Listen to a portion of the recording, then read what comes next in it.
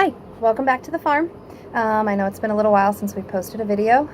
Things have been busy as always, but this week I wanted to post a short one, but I have two things for you. Two things that we have discovered the last few weeks. One, I'll show you the easier one first. We have a sheep, as you might have seen pictures of, and he had to be sheared. So we ended up with a bunch of wool, and I knew what to do with it. We've never had a sheep before, and it's the kind of thing you don't want to let go to waste. So I looked up and figured out how to clean it. So I wanted to just show you guys a little bit of it. This is after it's been cleaned. I'll put exactly what I did on the blog, but basically here's some of the wool. This is after it's been cleaned. There's still some debris in it, but basically very simple.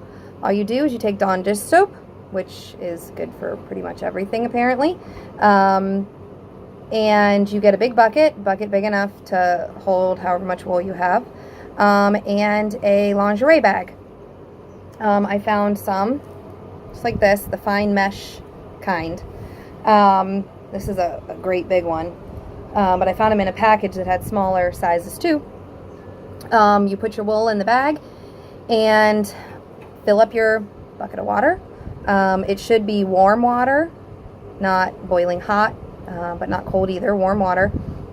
Put some of your Dawn dish soap in, and then set your wool in the bag, but you don't agitate it, you don't scrub it, you don't rub it, you just let it soak, and you let it soak for about half an hour.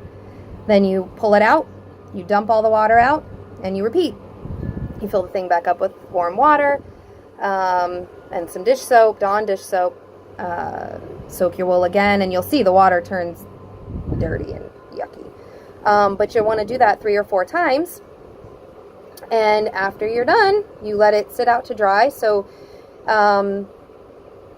you want to try to get it flat. I left it in the bag, and that seemed to work okay. But let it sit out to dry. Don't, squeeze it or agitate it. If you agitate it, that's when it's going to get all clumpy and gross. But then you're left with nice clean wool. It was pretty cool. I plan on making a pillow with it. I don't have any idea how to spin yarn, so if we end up keeping sheep long term, then that'll be something that I will definitely need to learn, because we're going to have a lot of it. But at least for a first fun, cool project, and one sheep, I got that much wool. It's a good amount. So we were pretty happy with that. The other thing I want to talk about is with our pigs. So we discovered, well, this past week and past 2 weeks, we've had a heat wave here like crazy. And it has been in the 90s with heat indexes up to like 109. Very, very hot, almost every day. And we discovered that pigs get heat exhaustion very, very easily. And I mean, obviously we've always known that you have to provide shade and shelter and water and all that good stuff, but we didn't realize how sensitive pigs were to the heat. So yeah, we came home one day from work, and one of our pigs was really sick. He wouldn't eat. He was very lethargic. He had diarrhea. Every time he would try to drink, he would throw up. He had us really worried. Tim hosed him down for about 2 hours, which he loves the hose. So we had to figure that out, what we were going to do to try to keep them healthy and prevent that, because it's only the beginning of summer.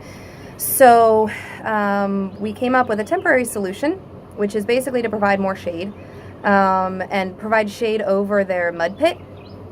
And actually, if you'd like to walk with me, I will show you what we did. And like I said, this is just a temporary solution. At some point, hopefully, maybe we'll have another permanent structure in there. We did actually also just purchase some mesh stuff. It's the stuff that you use like for hunting blinds to camouflage them. It's the camouflage stuff. And we're gonna end up using that because at least it has holes and it'll be, you know, better for weather and wind and rain and all that. But yeah, we were pretty surprised. But here I will show you our little temporary solution here. So it's basically a tarp that we have strung across. Say hi, Piggy. So you can see down here they have their mud pit. You can't smell it, which is probably a good thing because they are awfully stinky. But at least it provides them more shade, and they've been doing much, much better. And as you can see, they're both nice and healthy, and they're doing fine now. He recovered. He was the big one there, but he was sick. But yeah, and what we're gonna do is we're gonna end up replacing this with the mesh covering, which will do a much better job. This was just an emergency fix so that, you know, they didn't get any more sick. And also their water, you can't see it under there, but their water trough is also covered. So hopefully it'll prevent some evaporation and keep things a little bit nicer in there for them. And then making sure their mud pit is full. But yeah, we discovered that pigs get heat exhaustion at anything pretty much over 80 degrees and at pretty low humidity. So we had to come up with a fix pretty quick. We've never had pigs before, so this was a new experience for us. They already have their one house here. You can see their house. Again, not perfect, but it's been doing them pretty well. We build everything ourselves here, so we use a lot of recycled materials and things we find. And try to repurpose everything so that we're not using quite as much.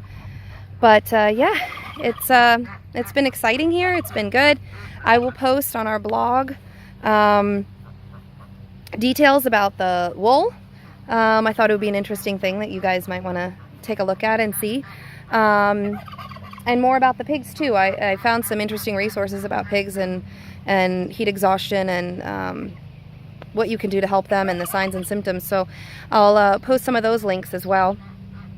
That maybe if there's anyone out there that didn't know it like we didn't know it,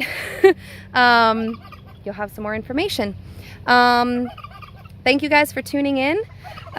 We really appreciate everyone who's been watching and everyone who's been interested. We really hope to get more viewers, so if you see this and you think it's fun, please recommend it to your friends. Like us, subscribe to our channel. If you have visited our blog on our website, please feel free to leave us any comments or questions, things that you think we might be able to improve on, things you might want to see, and we would be happy to oblige. We want to make this as interesting as possible. So that's all for right now. We'll be back hopefully next week with another check-in about how things are going here on 5 Cross Farm. And I hope everyone has a wonderful, blessed weekend. Bye.